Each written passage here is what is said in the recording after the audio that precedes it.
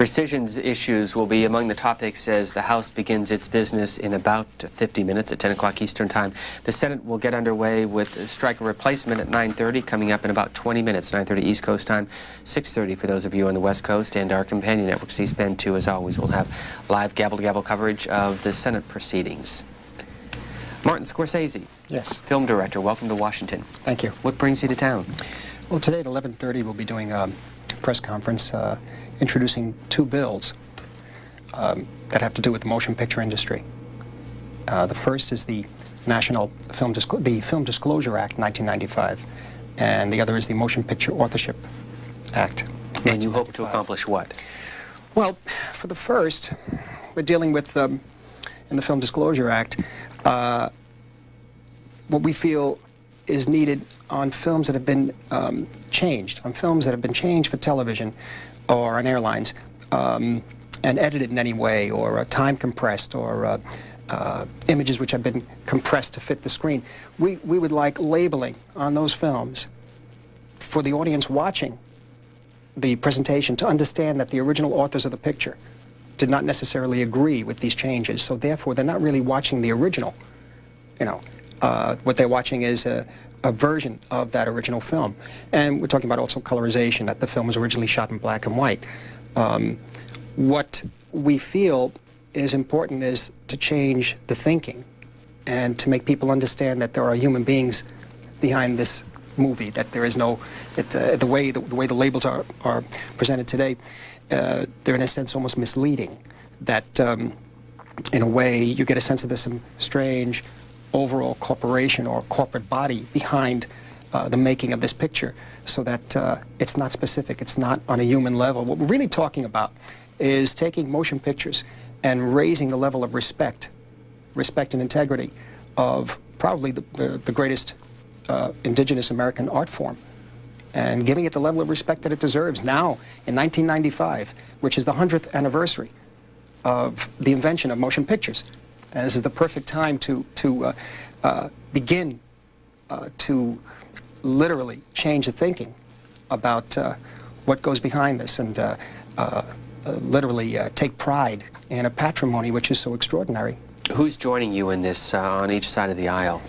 On the Film Disclosure Act, Senator Simpson and Congressman Frank, and on the second Motion Picture Authorship Act is Congressman Bryant. Vanity Fair has a piece that we're going to show our viewers as well. We talked just before you came on about some of the projects that you're working on. We're also going to take viewer calls in just a few minutes, so if you want to phone in, we'll show you those numbers. Mr. Scorsese will be with us for about 10 minutes, and then he's heading up to the Hill. But Vanity Fair has Casino Royale. It's the new film that you're working on. Well, Casino, not Casino Royale. But the headline of the article is That's Casino the article, Royale. Casino Royale, yes. Those are photographs I took on the set. Photographs of Sharon Stone and Robert De Niro, and Joe Pesci and De Niro. What's the film about, if it's not obvious? Well, it's about pretty wild time in Vegas in the decade, the 70s, which ends around, the story ends around 1983 or so. From the moment you get an idea, the script, to begin work on the film, to the time it hits the movie theater, on average, what's the time frame? These days, it's unfortunately about 2 years. 2 years. Every time I make a picture, this is what we're talking about. When I make a picture, you put in so much work and so much time, and actually you put your soul and your blood into it, so that when it is altered, you want the audience to understand that an original copy exists somewhere, that they're not watching the original. The response from the industry has been difficult, because they believe that people, when they see the specific labeling, will not want to watch the film, but I don't believe that's true. If I know that I've watched many films edited for television on TV, knowing that it's not the original.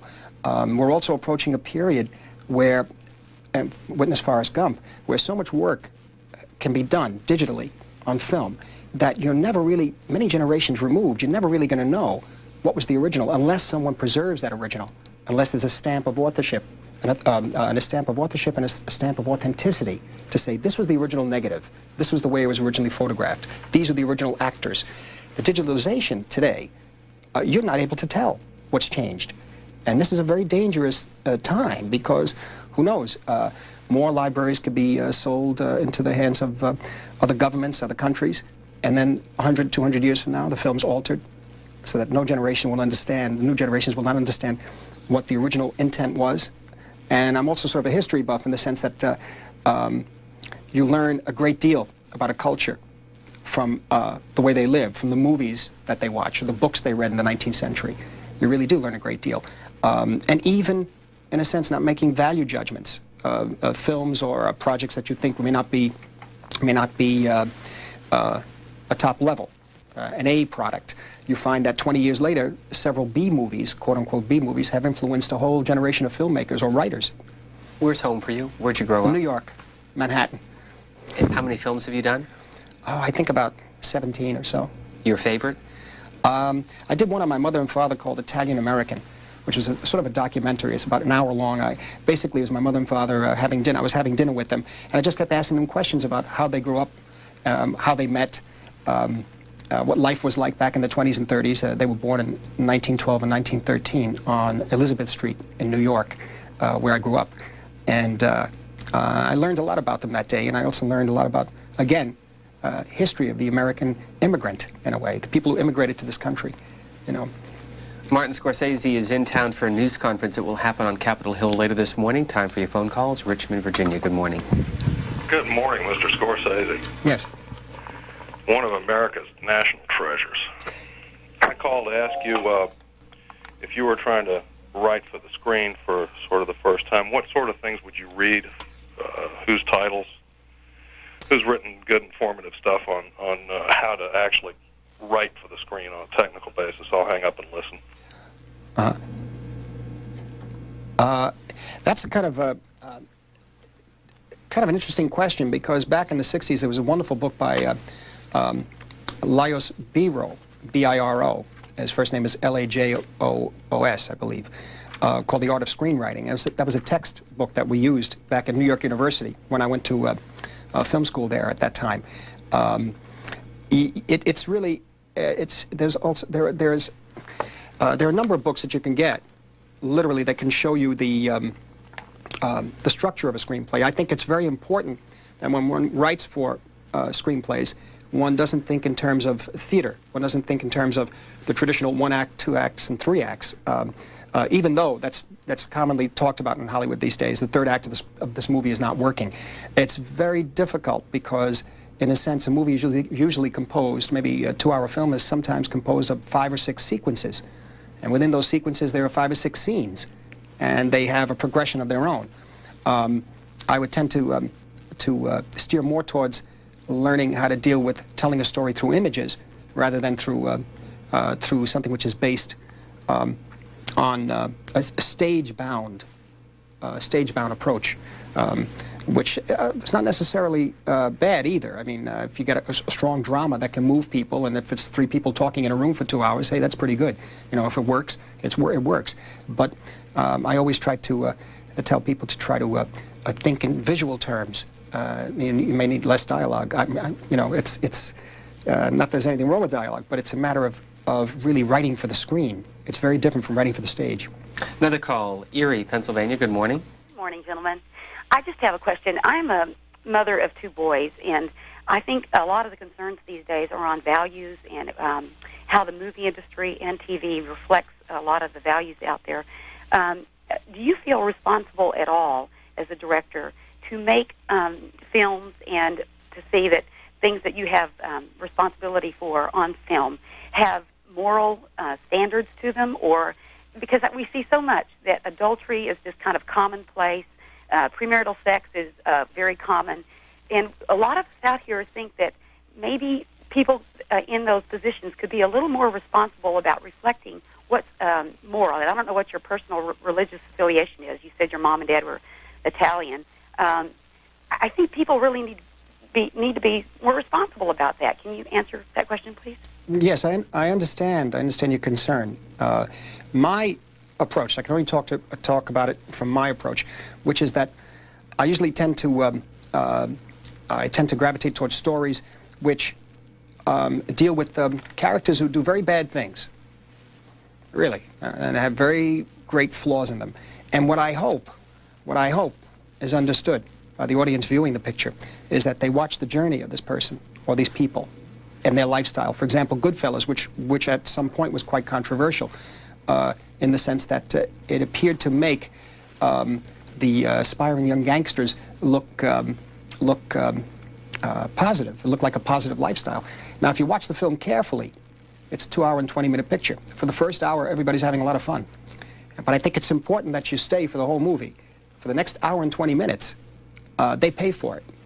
And in a sense, it's almost like being attracted to Bible stories of the Old Testament, where you see figures from the Bible literally offending God, or in the sense, for the very first story, Lucifer and pride, and how he was cast out of heaven. I mean, this is the idea. I think you could learn more. You could tell a better moral story if you see and if you understand that they pay for it, that the people pay for it at the end. In the final analysis, some people pay for it and are reborn, and they redeem themselves. Some just don't. Some just don't. And it's a very tricky issue. I mean, where today, television and the images, and now with computers, the internet, there's so, in cyberspace, there's so much that we're going to be bombarded with. It's very difficult to put restraint on every person who sets out to tell a story with film, or who knows what the next media really is going to be like with computers and internet. You can make up your own stories then, which then you're not talking about film anymore. You're talking about another whole issue. But I believe that I'm responsible that way. Now, others may not agree with me on that, but I believe I'm responsible that way. And I find it more powerful to tell a story that is entertaining, in the sense that villains sometimes can be very entertaining. You like to see what the villain does more than what the hero is going to do at a certain point in certain kinds of stories. But then to see how literally how they wind up paying for it is very, very important. I know you have to get going. Let's grab one more call if we could. To Walnut Creek, California. Thanks for waiting. Hi, my name is Maria. I just wanted to say, Mr. Scorsese, it's an honor to speak to you. You produced two of my favorite films. The one about your parents, I just happened to see by accident on Bravo one night, and I was fascinated by it. And the other one is Goodfellas, and I wonder why you changed the name from the book. I had a difficult time realizing at first that it was the same movie as the book. Yeah, well, what had happened was that there was a television show called Wise Guy, a series, which was on every week, and there was a great deal of confusion about that. So we used another term that these guys apparently call each other. So that was, we felt at first it was, we were disappointed, but actually it turned out to be a very interesting title. So. Jackson Heights, New York. You are our last call. Go ahead. Good morning, Mr. Scorsese. I've enjoyed your movies. Absolutely incredible. The Age of Innocence, The Goodfellas. I was wondering, you're of Italian descent, and you put Italians in such a bad light with all these movies. I worked in construction my whole life, and every Italian that I work with, they always try to associate themselves with the Cosa Nostra or the Mafia. And most Italians that I know of great intellect and great prestige, these people are anathema to them. And I was wondering, could you give me a little bit of insight how you actually think about these people? I'll hang up and let you. Thank you, caller. That's a very good question. I mean, being Italian-American, one has to realize, growing up as an Italian-American, one has to realize that these people are around us. And as a child, growing up, I didn't know the difference at the age of 7 or 8 years old, between one of these people, one of these guys, and the fellow who is really a hard-working guy, you know, a working stiff in a way. In a way, I just related to them as people. And later, as I found out what they did, I became fascinated with the idea of how some of them could be actually very nice people. They were really treated me very well, took care of me when I was a child. And I'm fascinated by the dichotomy there, how they can do such evil things, how they could be so brutal in a way, and yet be gentle and at times. this is a phenomenon that has always fascinated me. I mean, there's no doubt. My father used to say to me, just don't ever go near them. He said they're bloodsuckers in that way. They'll take everything from you.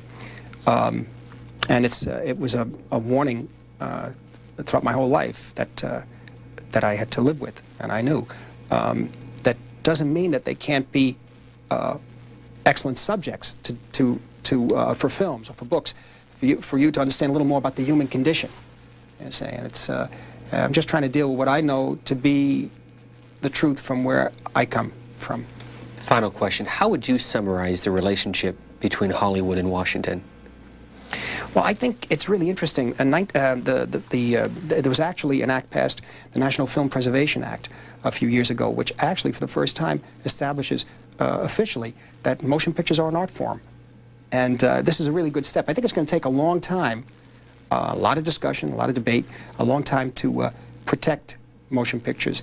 But I think, quite honestly, in the past few years of coming down here with the Directors Guild of America and all of that, and the Writers Guild, it was very important to see such a goodwill towards the industry, or at least to listen to what we have to say, and that's been very, very hopeful.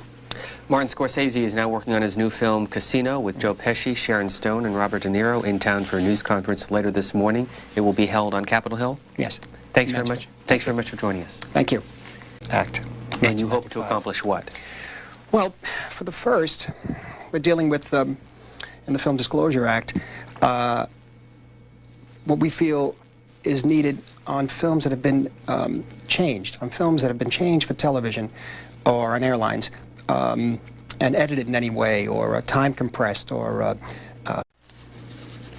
Rescissions issues will be among the topics as the House begins its business in about 50 minutes at 10 o'clock Eastern Time. The Senate will get underway with striker replacement at 9:30, coming up in about 20 minutes, 9:30 East Coast time, 6:30 for those of you on the West Coast, and our companion network, C-SPAN 2, as always, will have live gavel-to-gavel coverage of the Senate proceedings. Martin Scorsese. Yes. Film director, welcome to Washington. Thank you. What brings you to town? Well, today at 11:30 we'll be doing a press conference introducing two bills that have to do with the motion picture industry. The first is the National Film Disclosure Act, 1995, and the other is the motion picture authorship, also colorization, that the film was originally shot in black and white. What we feel is important is to change the thinking and to make people understand that there are human beings behind this movie, that there is no, the way the labels are presented today, they're in a sense almost misleading, that images which have been compressed to fit the screen. We would like labeling on those films for the audience watching the presentation to understand that the original authors of the picture did not necessarily agree with these changes, so therefore they're not really watching the original. You know, what they're watching is a version of that original film, and we're talking about